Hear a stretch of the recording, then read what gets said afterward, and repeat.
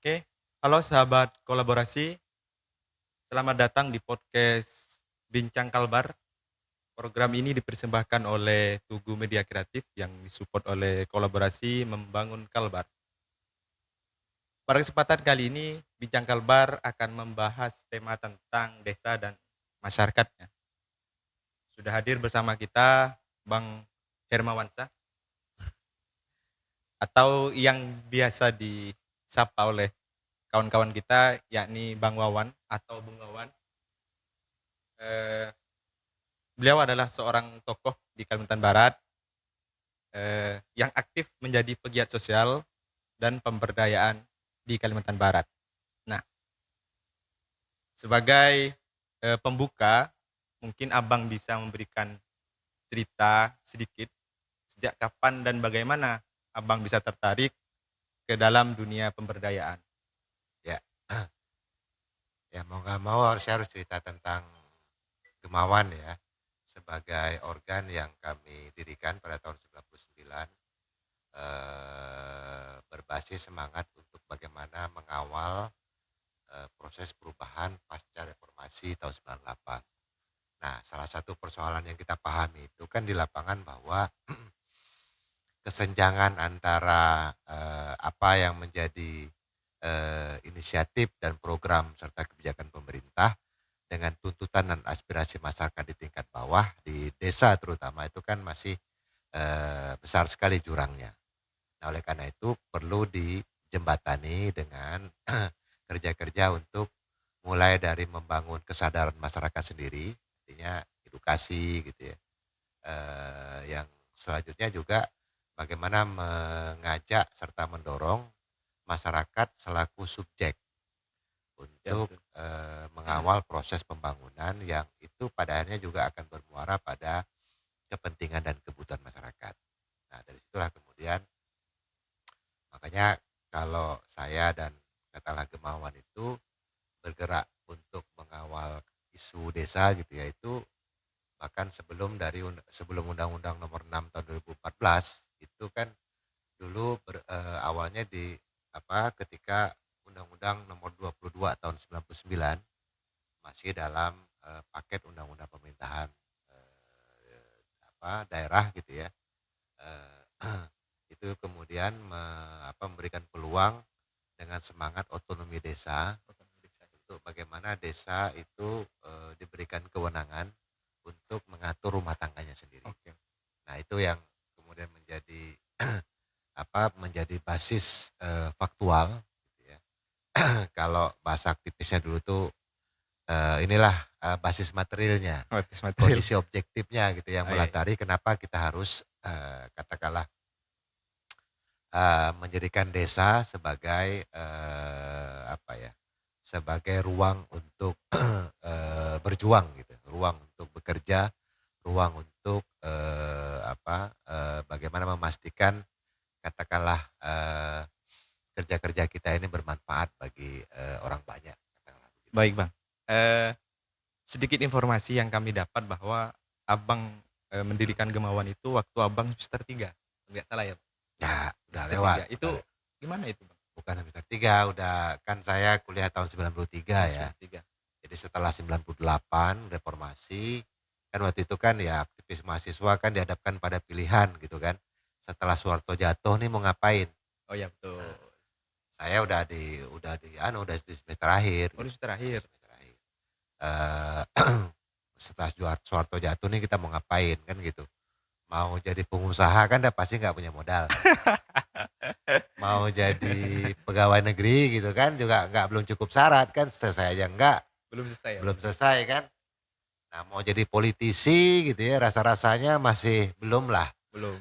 karena kita masih masih merah lah katakan begitu, masih baru, masih bau kencur, masih modal semangat gitu.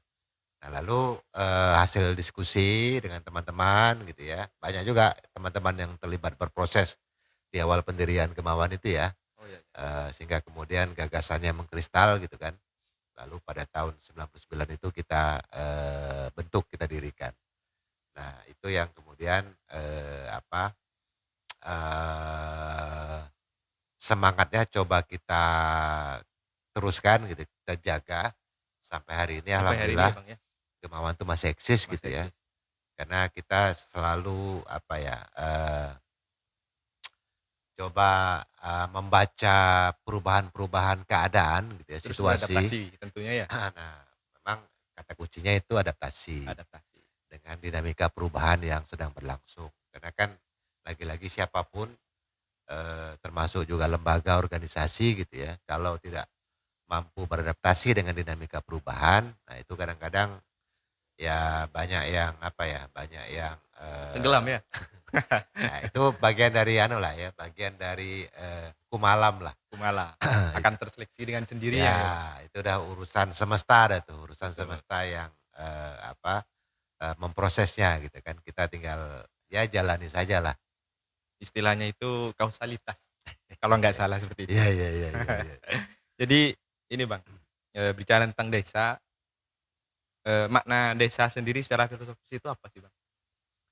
Ya desa ini kan harus kita pahami sebagai kalau normatif ya, Iya, regulasi kan ya ini adalah wilayah administrasi satu kesatuan masyarakat satu kesatuan masyarakat yang dalam wilayah administrasi gitu ya, yang memiliki struktur pemerintahan gitu kan, tentu ada masyarakatnya, ada apa, berbagai macam organisasi, lembaga yang ada di desa.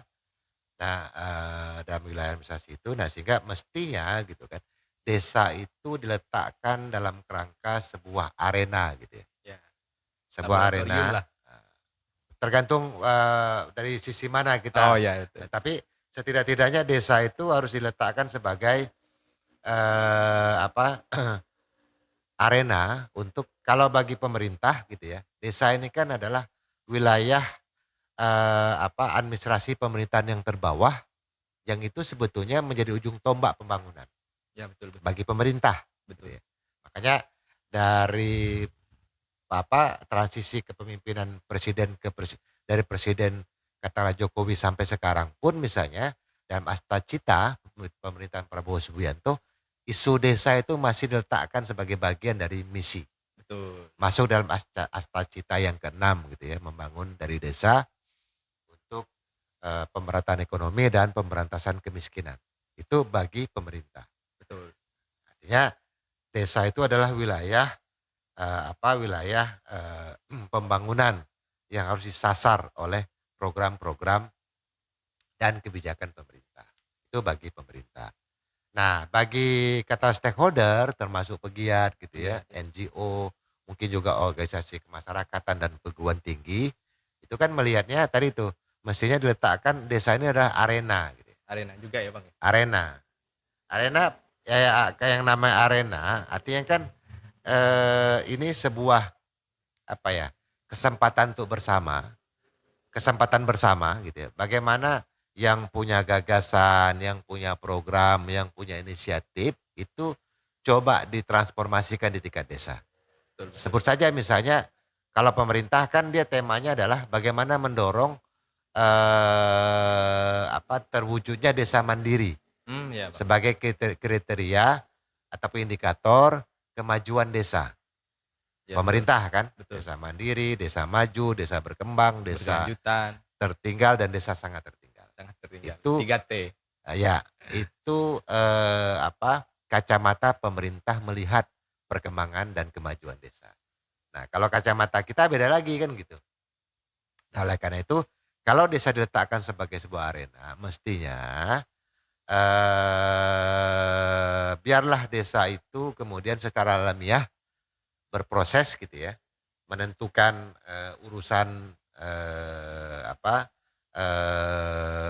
kebutuhan yang menjadi kebutuhan masyarakat desa. Misalnya di desa kan ada pemerintah desa, Ah, ada ya. BPD, ada lembaga desa, ada apa, misalnya kayak kalau dia terkait dengan ada kelompok hutan, misalnya ada kelompok tani hutan, Ya. ada kelompok wanita tani, KWT, ada Gapotan, macam-macam Ya macam-macam organisasi-organisasi organisasi yang ada di desa. di desa. Nah, kalau sebuah desa itu dinamika pembangunannya itu berjalan baik katakanlah itu, maka ruang-ruang diskusi, ruang-ruang partisipasi dalam bagaimana merumuskan perencanaan desa itu pasti terbuka, pasti Terbuka, dibuka, melibatkan masyarakat banyak. melibatkan masyarakat.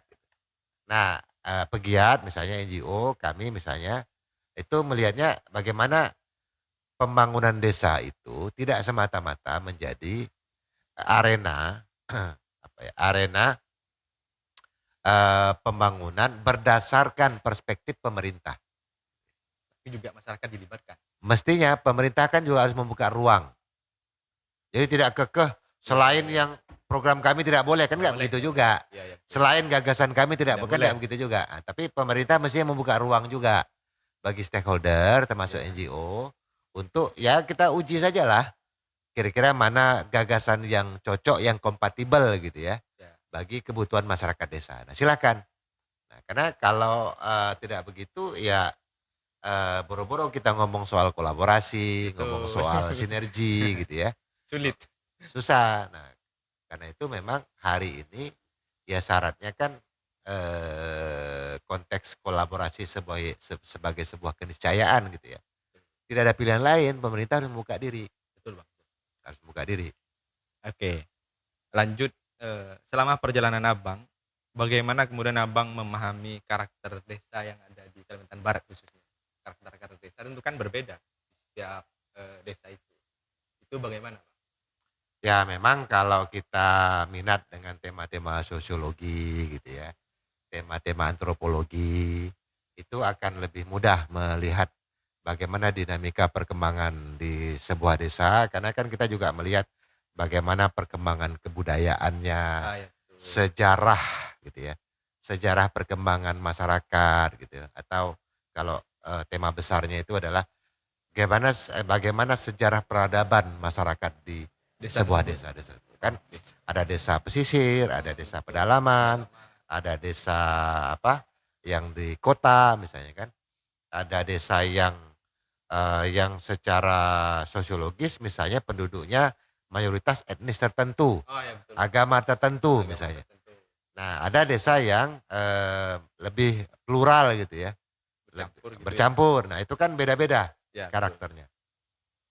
Karena itu kan juga kita melihat misalnya kalau pengalaman kita di lapangan itu kan, itu akan mempengaruhi bagaimana apa ya, proses transformasi, perubahan yang berlangsung. Ada yang memang masyarakatnya itu sangat terbuka, welcome sekali gitu ya. Welcome sekali gitu ya. Apapun, siapapun yang datang ke desa diterima, sepanjang itu bisa berkontribusi bagi perkembangan desanya, mau program dari pemerintah kah, mau dari NGO kah, dari perusahaan kah, dari perguruan tinggi, diterima. Berarti di Kalbar ini masih ada desa yang tertutup gitu, Bang? Mestinya nggak ada, Mesti nggak ada? mestinya nggak ada. Tetapi kan kita harus pahami lagi-lagi, ini kan, bicara pemerintah, termasuk desa, ini kan kita bicara kepemimpinan. Betul. Bicara kepemimpinan kita bicara aktor, Oh iya, iya. bicara aktor kita bicara karakter. Betul. Nah itu yang kadang-kadang yang Membedakan ya? dinamikanya tergantung itu. Oh iya. Karena itu ruang-ruang diskusi dengan kepala-kepala desa, ruang-ruang diskusi dengan pemuda-pemuda desa, dengan kelompok-kelompok organisasi dan lembaga desa, itu yang harus selalu kita Hidupi. buka ruangnya gitu sehingga tidak monoton di satu desa itu misalnya itu apa maunya kepala desa kan enggak juga begitu Baik, misalnya.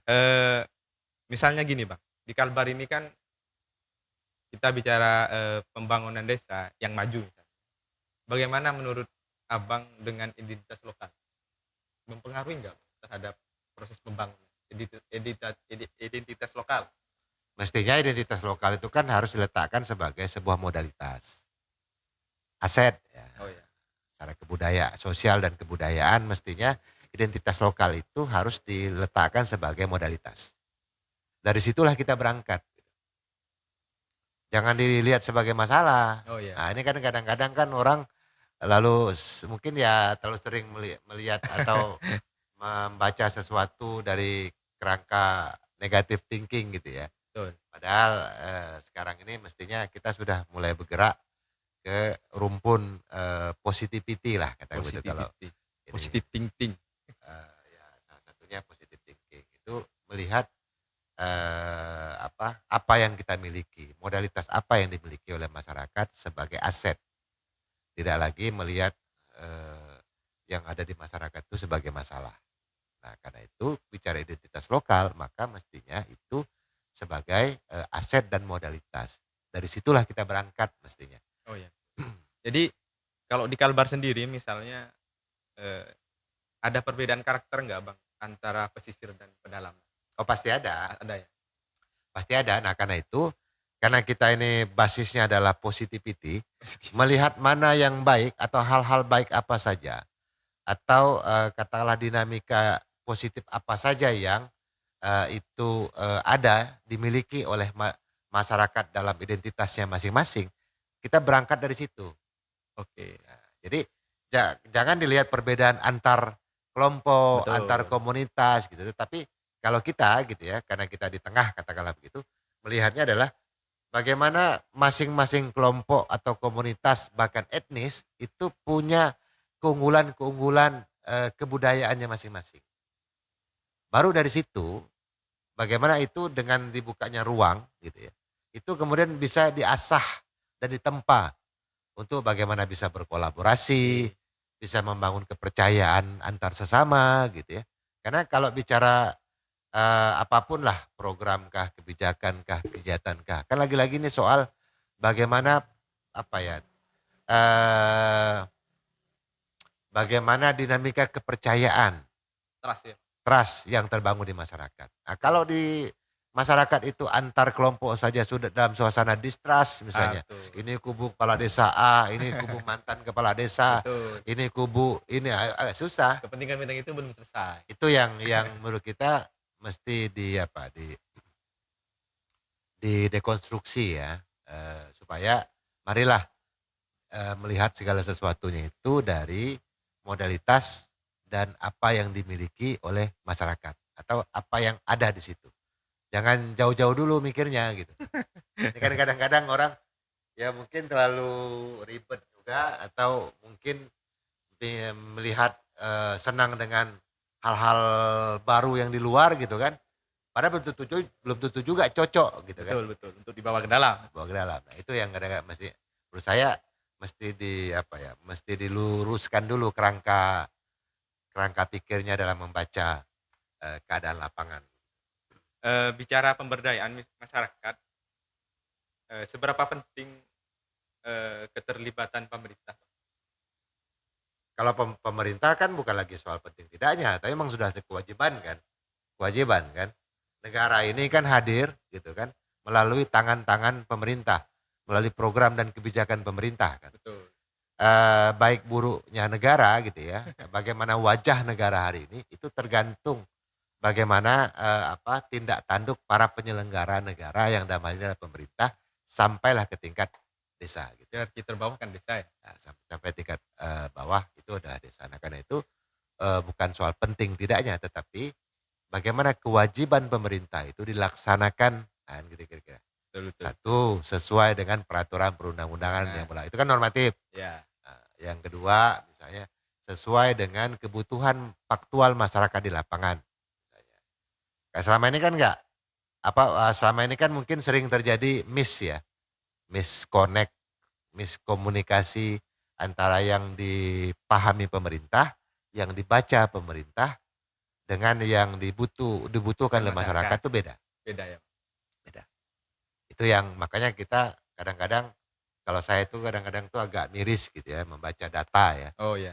Misalnya, kenapa di satu kabupaten itu, ada angka stuntingnya meningkat. Oh ya. Padahal tren yang ada seluruh kabupaten kota itu trennya itu angka stunting menurun. Oh menurun, Tapi masih ada masih ada. kabupaten yang angka stuntingnya meningkat. Nah ini kan kita kemudian bertanya-tanya ini pemerintahnya kemana gitu Oh kan, iya Pak. ngapain aja gitu kan. Ya, eee, kita tahu bahwa desa tertinggal di Kalimantan Barat masih cukup banyak, Udah setahu saya sih kalau pakai kriteria itu udah nggak terlalu banyak ya, nggak terlalu udah banyak ya? nggak terlalu Udah banyak, banyak yang keluar berarti, udah banyak naik status. naik status. Bahkan kalau nggak salah itu sudah nggak ada lagi yang sangat tertinggal. Kalau nggak salah ya, tapi nanti boleh cek datanya. Kalau pakai klaster pemerintah itu kan mandiri, maju, berkembang, lalu tertinggal dan sangat tertinggal. Itu desa sangat tertinggalnya itu setahu saya tinggal dikit atau udah nggak ada lagi. Sekarang Bang? Udah banyak yang naik status. Nah, tapi kan lagi-lagi itu kan cara pemerintah menilai bagaimana perkembangan kemajuan desa. Tapi kan buat kita misalnya yang melihatnya secara kritis, kan tinggal kita compare saja data bagaimana tingkat perkembangan desa, kemajuan desa itu sampai ke mandiri, itu apakah juga eh, korelasinya dengan pengurangan angka kemiskinan itu apakah korelasinya positif atau tidak, atau Oh ya. jangan-jangan tidak kompatibel gitu kan. Desa mandirinya banyak, status desanya sudah naik kelas gitu ya, yang dari sangat tertinggal menjadi tertinggal, tertinggal jadi berkembang, berkembang jadi maju, maju jadi mandiri, status Ya. desanya naik kelas.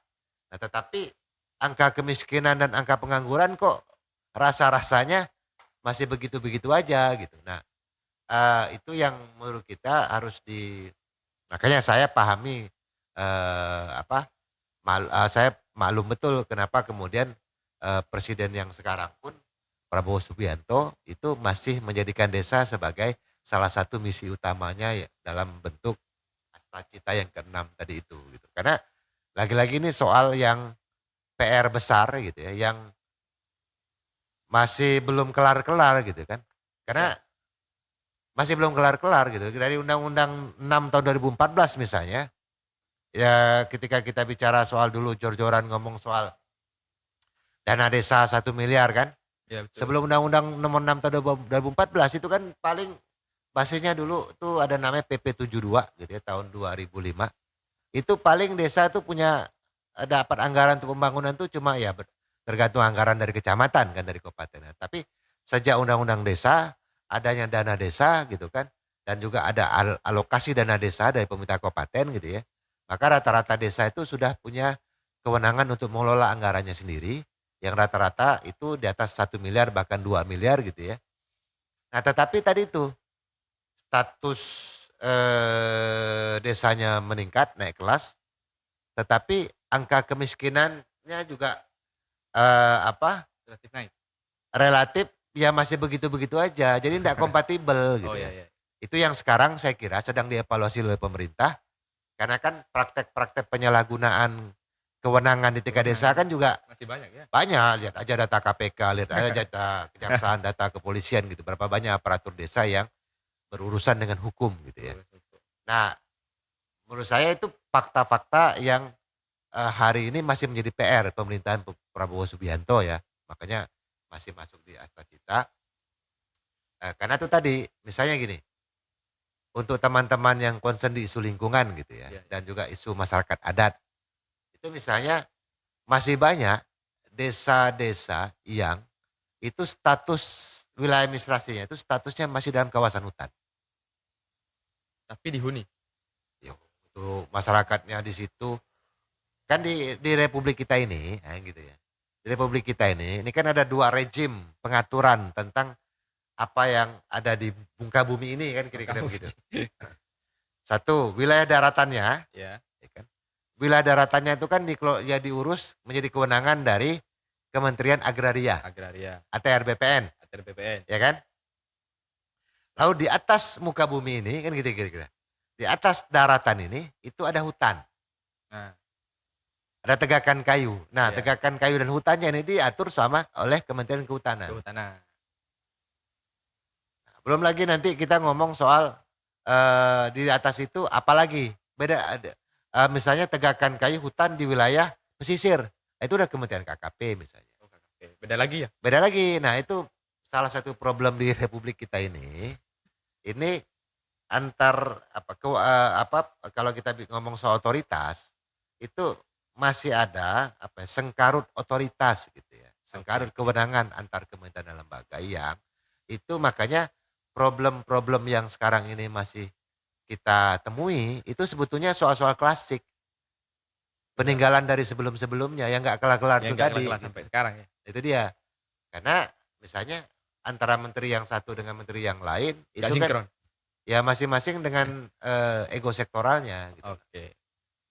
Itu yang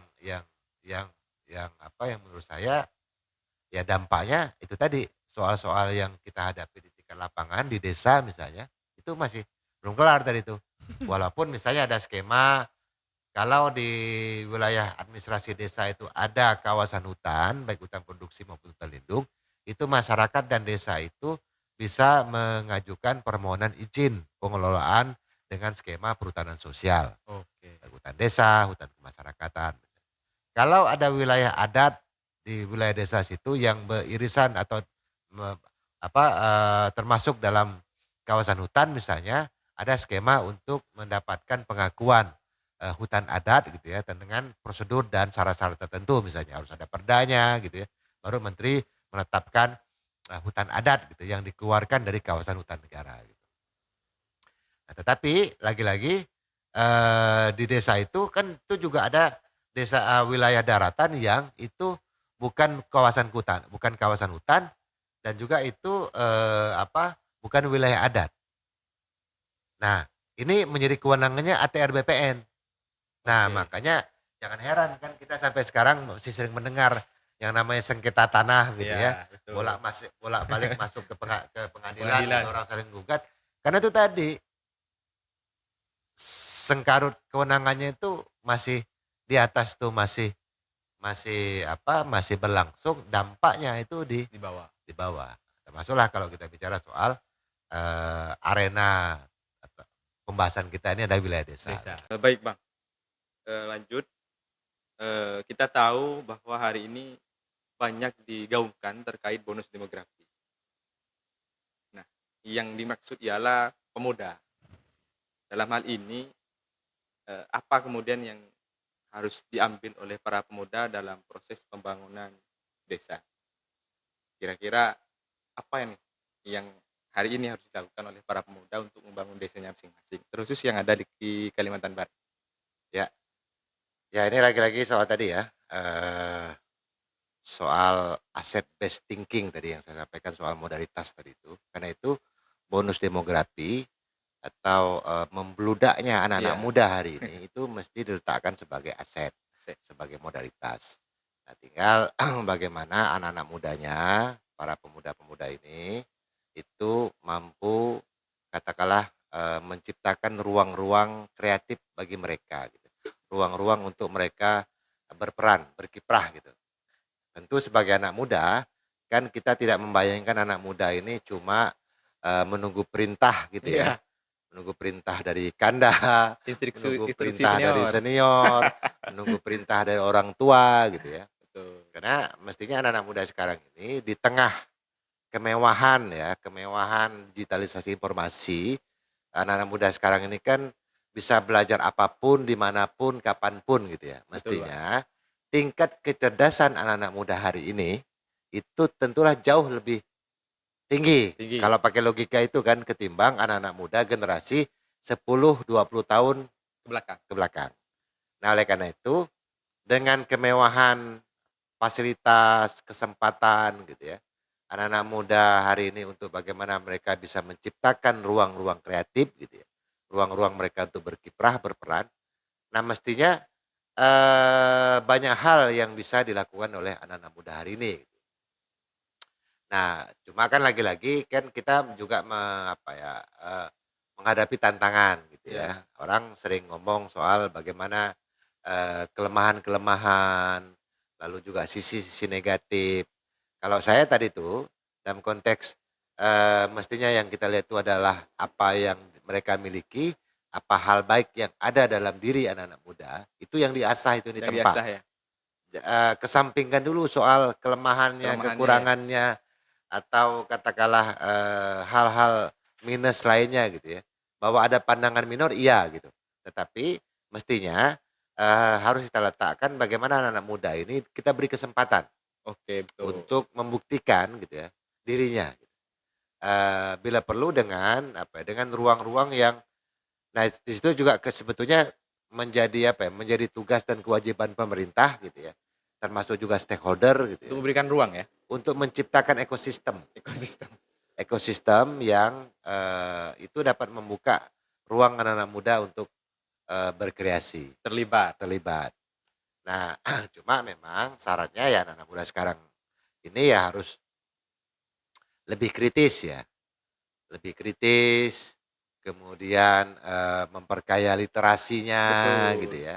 Sehingga membaca keadaan itu tidaklah Hanya dari satu perspektif saja. sepotong-sepotong gitu kan, Sepotong-sepotong. masih Ah, sektoral. ya. Semangat oke, iya gitu kan. Kita kan paham lah bagaimana anak-anak muda dulu dengan Masih modal membara gitu. membara, menyala gitu, semangat Masih juangnya. berapi-api. Nah, nah cuma tantangan hari ini gitu ya, di tengah ekosistem yang semakin terbuka, kesempatan yang begitu begitu lebar gitu ya, sehingga arena kontestasi itu dimanapun pasti akan terjadi.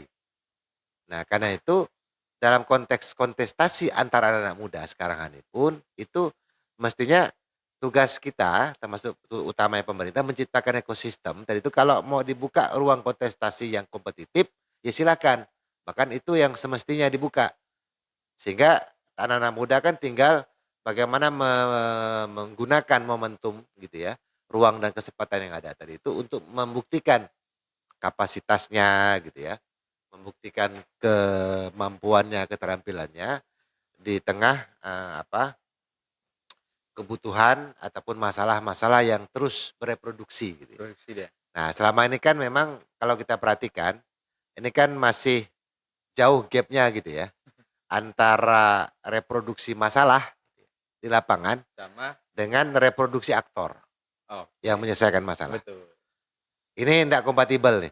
Masa reproduksi masalahnya cepat gitu Terus ya. bergulir ya. Apalagi ini kan era disrupsi kan, Disrupsi. yang serba cepat gitu Serba ya. cepat. Sehingga masalah-masalah baru itu terus Terus menerus muncul.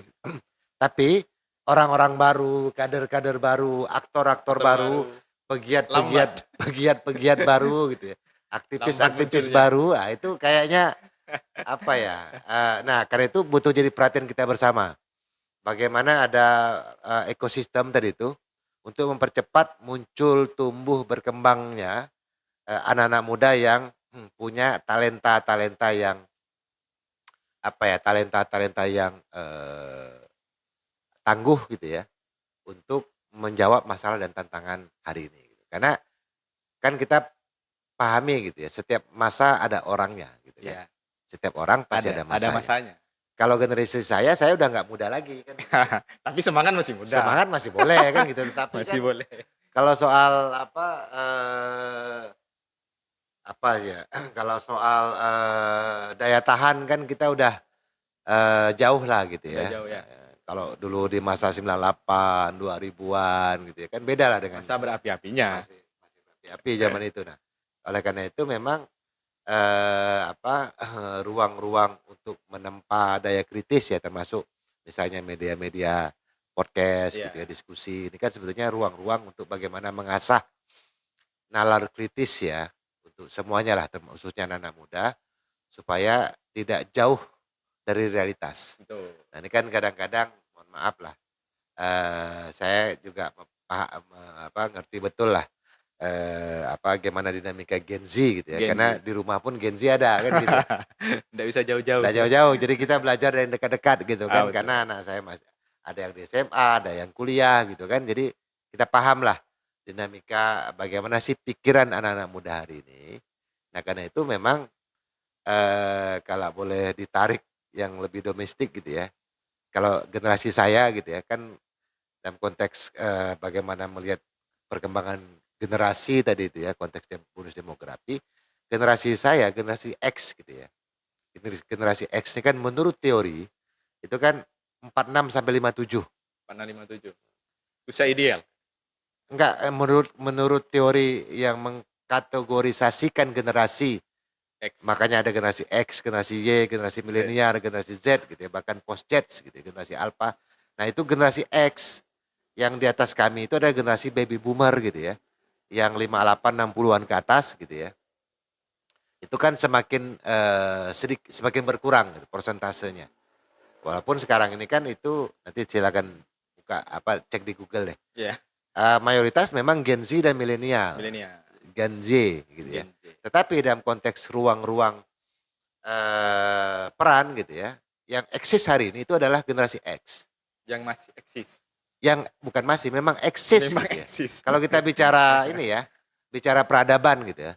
Karena kan kalau kita ngomong peradaban itu kan sebetulnya kita ngomong soal kisah-kisah para aktor kan begitu. Betul. Sekarang kita cek aktor-aktor yang eksis di Republik hari ini kan begitu Di kira-kira. bulan ke-8. Dalam konteks tadi itu mayoritas ada generasi X. Iya, Sebut saja menteri apa di posisi mana. Itu betul. semua kan rata-rata kisaran umurnya 46 sampai 57. Dalam konteks tadi itu klaster generasi X. Bahkan di level pimpinan-pimpinan organisasi kemasyarakatan gitu ya. Tokoh-tokoh terkenal Najwa Shihab kah, misalnya Anies Baswedan kah, Betul. Caimin kah, misalnya kan Ganjar Pranowo, itu semuanya generasi X Ya, yang betul, eksis hari ini. Iya, Bang. Nah, karena itu sebetulnya dalam konteks dinamika apa ya, perkembangan dan kemajuan sebuah peradaban gitu ya, atau peradaban sebuah bangsa kira-kira gitu. Kalau kita mau naikkan skala ininya ya, kalau kita bicara sejarah perkembangan kemajuan peradaban sebuah bangsa, maka mestinya hari ini itu transformasi pengalaman dan pengetahuan kepada generasi muda itu yang mesti harus diakselerasi.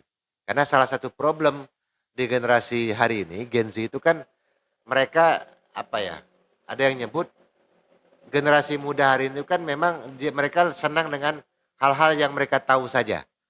Atau bahasa kampungnya itu ngurus yang pasti-pasti ya. Iya, Yang sedang mereka urus itu aja. yang instan. Ya itu pada prakteknya dampak ya gitu. Tapi dalam konteks perilaku dan pengetahuan pemikiran itu kan atau bahkan secara psikologis gitu ya.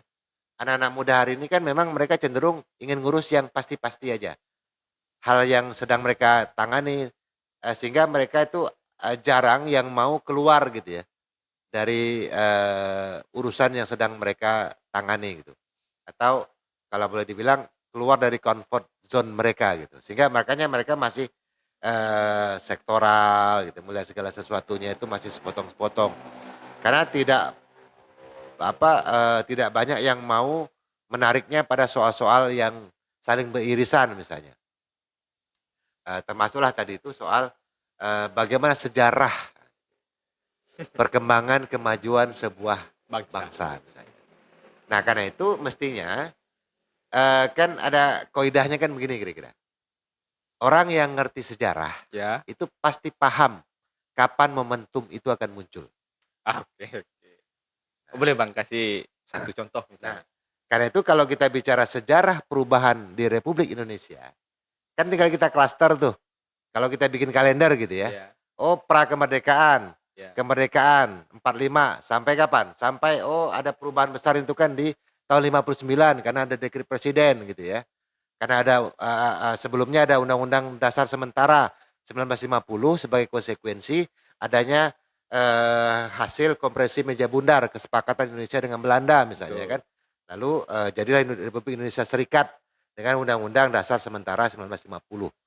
Lalu politik gonjang-ganjing kan karena kabinet sering berganti, parlementer dan seterusnya.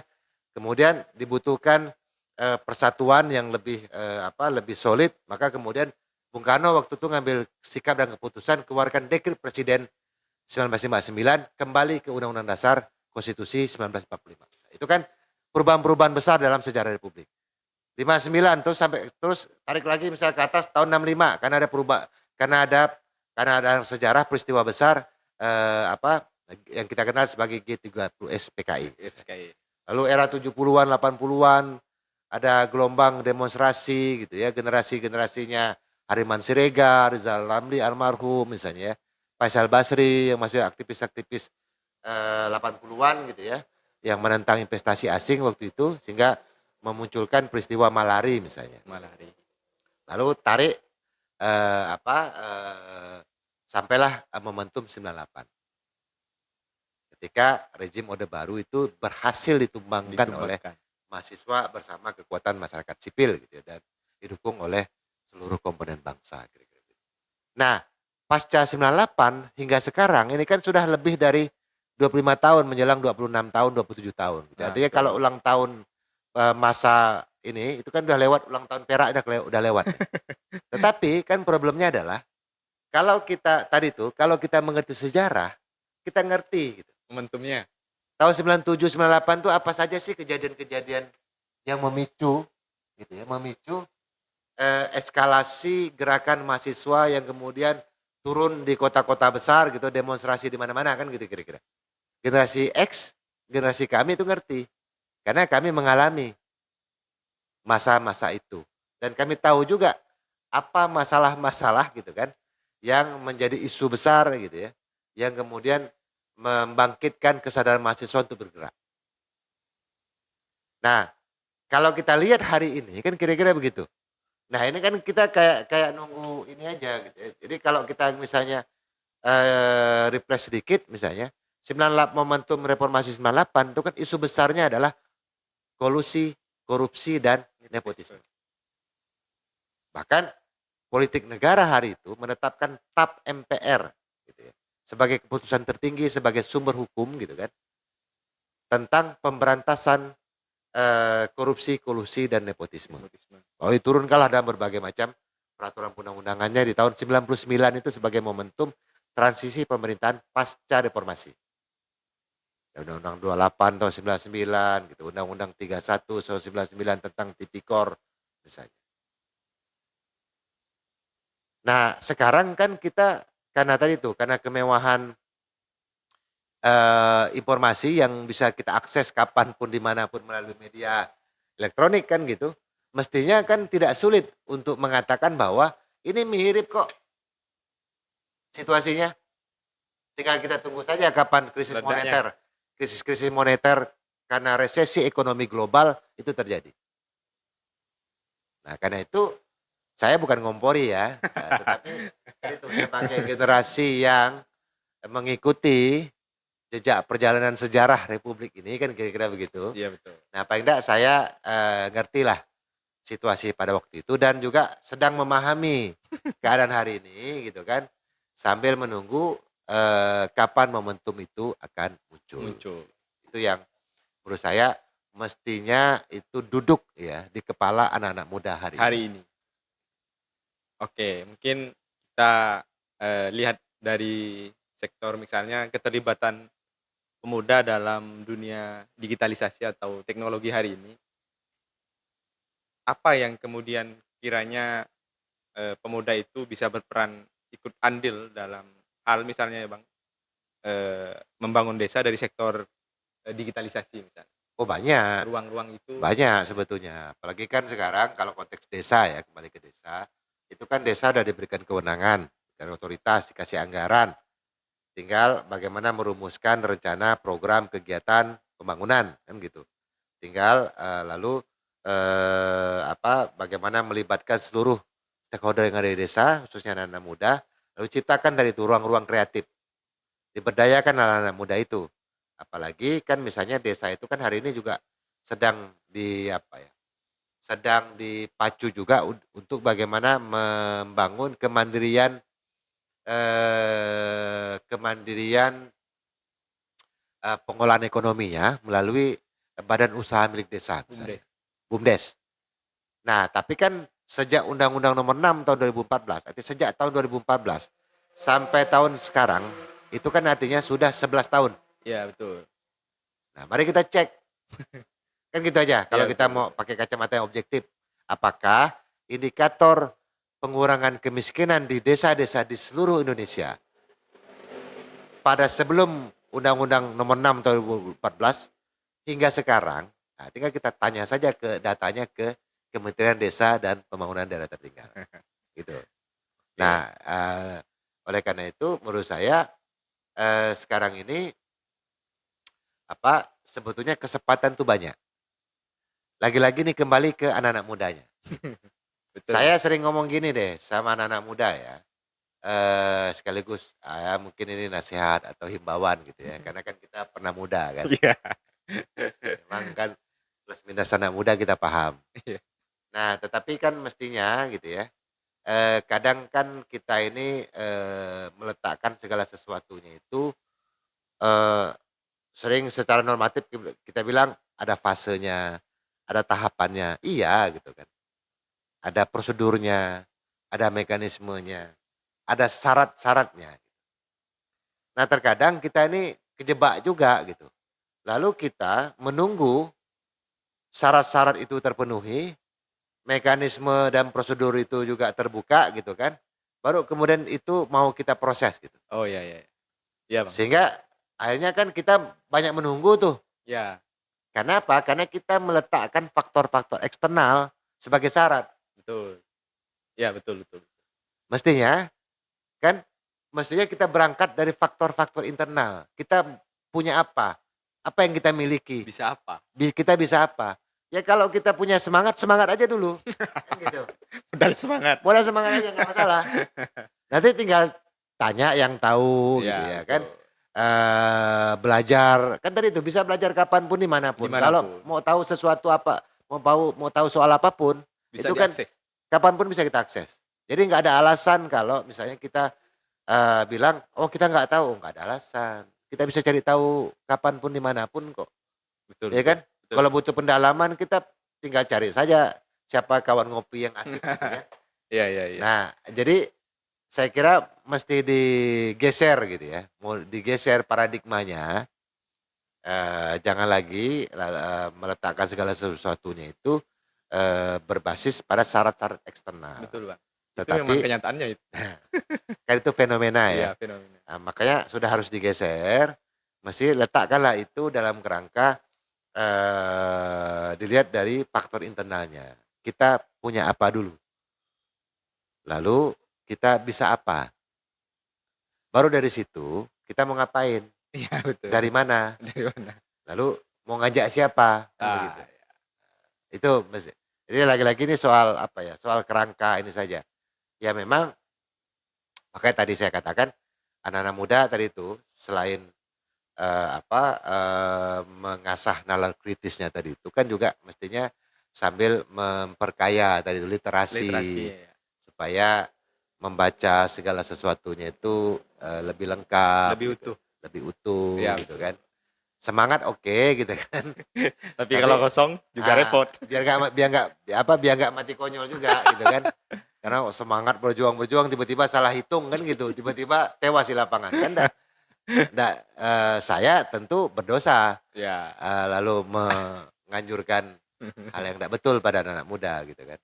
Itu sih saya kira lagi-lagi sekarang ini ya kembali tergantung anak-anak mudanya. Asal mau, mari kan gitu. Oke, Bang. Tadi Abang sempat menyinggung soal aktor. Siapa yang harusnya ambil peran utama dalam proses pembangunan yang ada di desa misalnya? Kalau soal siapapun mestinya itu semuanya ya. Karena semuanya bertanggung jawab. Apalagi kalau kita berangkat dari kacamata kewarganegaraan gitu ya. Warga negara. Kita bicara soal ekosistem, ada negara, ada warga negara, ada pemerintah.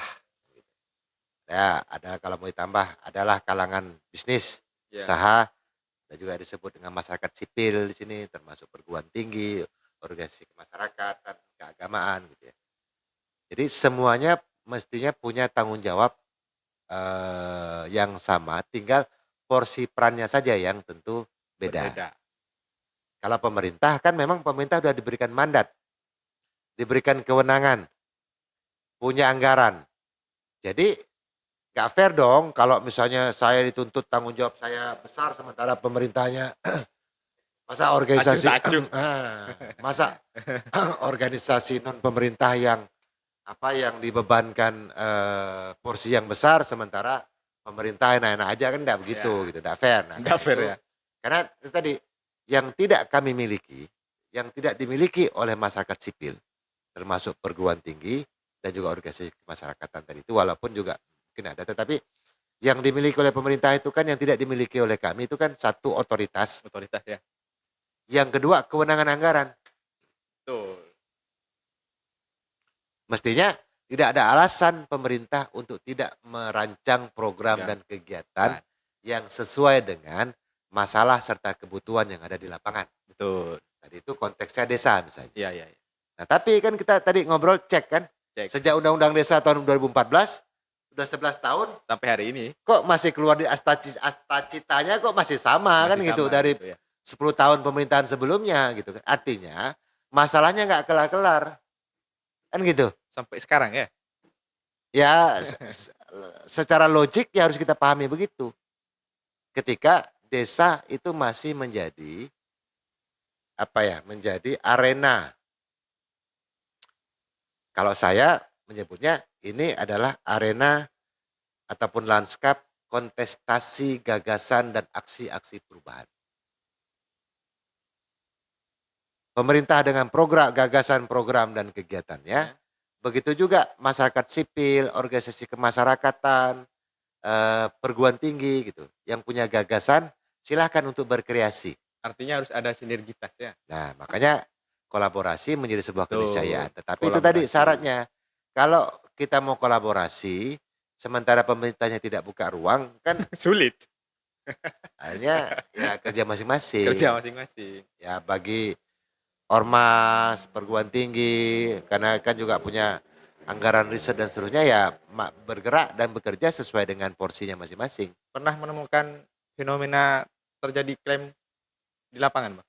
Biasa, itu kan bagian dari dinamika ya. Iya. Dinamika tadi itu, dinamika kontestasi, gagasan dan aksi-aksi perubahan. Kan gitu. Oke. Saling klaim itu kan tidak terhindarkan. Gitu. Ya.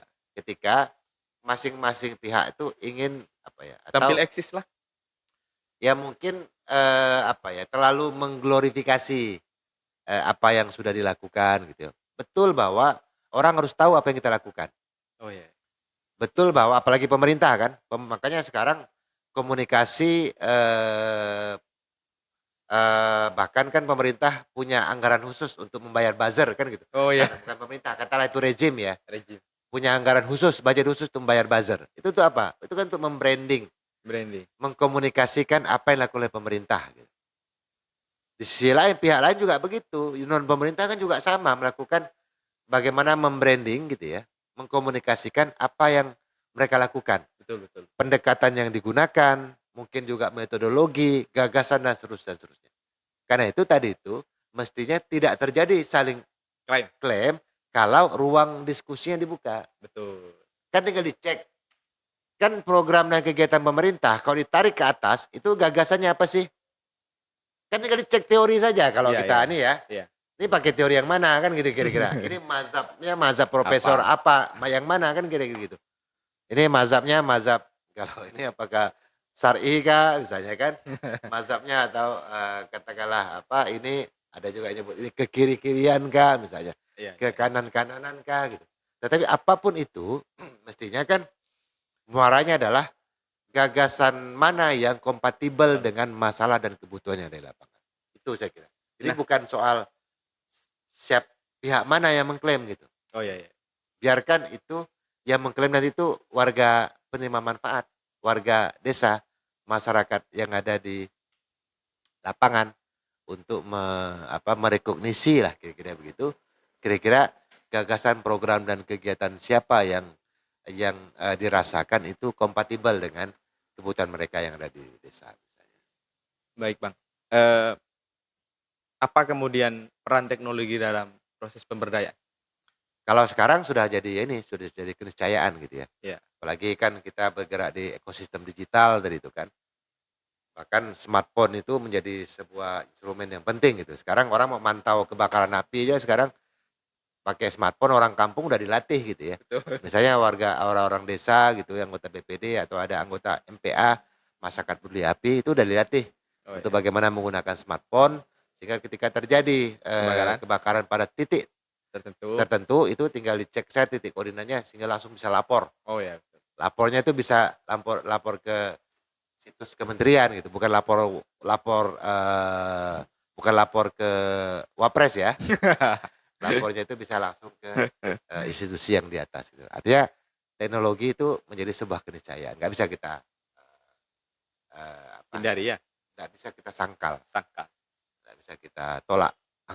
Itu sudah jadi keniscayaan, karena itu tinggal bagaimana kita menggunakan teknologi sebagai sebuah instrumen untuk tadi itu menjawab masalah dan tantangan serta kebutuhan yang ada di lapangan. Baik, Bang. Mungkin kita sudah sampai ke penghujung. Mungkin Abang berikan closing statement lah untuk podcast kali ini. Ya. pesan-pesan gitu Bang. Ya, Apa? kalau saya sih terus terang hari-hari itu lagi concern dengan tadi tuh tema besar ya. Ini lagi-lagi kita menghadapi situasi-situasi transisi yang seolah tidak berkesudahan gitu ya. Sudah. Atau ini biasa suka disebut juga dengan istilah transisi yang berkelanjutan gitu ya. Reformasi gitu ya, lalu ganti rejim, ganti presiden, tetapi masalah dan tantangan itu terus saja bereproduksi tadi itu kan. Betul betul. Bahkan berkembang biak itu kan, muncul dengan model-model baru gitu ya, Ya betul. semakin cepat dan banyak. Nah, sementara tadi itu karena kita ini ngerti sejarah gitu kan, mestinya kita tidak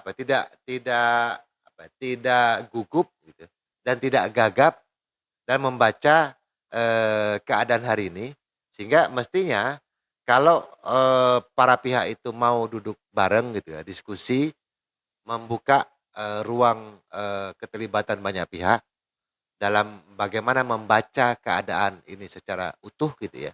Sehingga tidak ada lagi mispersepsi, miskoneksi gitu ya.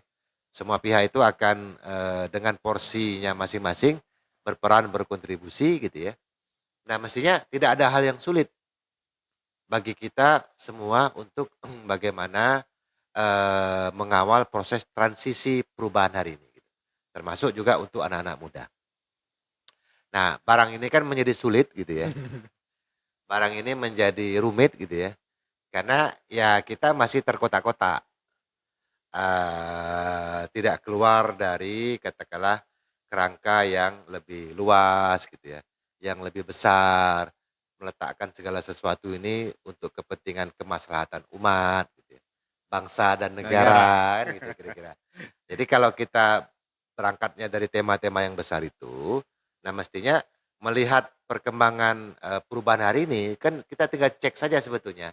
Tadi itu, kalau saya misalnya atau siapapun lah kan gitu. Kalau kita melihat tadi itu tantangan adalah bagaimana meletakkan misalnya desa atau tarik lebih ke atas kabupaten bahkan provinsi itu sebagai sebuah arena kontestasi gagasan dan aksi-aksi perubahan. Kan tinggal kita ngomong soal kolaborasi. Betul. Saya misalnya kan tidak sulit untuk berkomunikasi dengan katakanlah mungkin pengambil kebijakan karena pernah komunikasi. Jadi lagi-lagi itu tidak sulit kalau kita punya hubungan baik gitu ya, jaringan serta kepercayaan yang cukup antar katakanlah para pihak. Nah, karena itu yang mesti dijaga hari ini itu adalah modalitas kepercayaan antar para pihak. Yang karena itu menyangkut juga bagaimana dinamika jaringan gitu ya, jejaring antar para pihak sehingga kemudian bisa membangun sinergi dan kolaborasi. Karena lagi-lagi kunci sukses tidaknya gitu ya sebuah proses transisi perubahan, termasuk di dalamnya ada aktor-aktor anak-anak muda dan juga kita-kita semua ini, itu sebetulnya 3 saja syarat dan kuncinya itu. Satu itu adalah bagaimana menjaga kepercayaan gitu ya, trust. Yang kedua itu terus tingkatkanlah kapasitas dan kompetensinya masing-masing. Dan yang ketiga, rawatlah jaringan itu dengan baik. Siap. Kalau itu bisa diterapkan gitu ya, salah. Jadi besok ataupun kapanpun kita itu udah enak. Mau ngobrol apa saja gitu ya, tinggal merancang rencana-rencana yang produktif, yang konstruktif untuk bagaimana menjawab tantangan dan masalah kita bersama. Saya kira itu. Baik, sahabat kolaborasi, kita telah sampai di penghujung acara. Terima kasih kepada Bang Wawan yang telah berkenan hadir di podcast kami. Nantikan podcast Bincang Kalbar selanjutnya. Pantengin YouTube channel kami, Kolaborasi Kalbar. Jangan lupa subscribe, like, comment, and share. See you and thank you very much.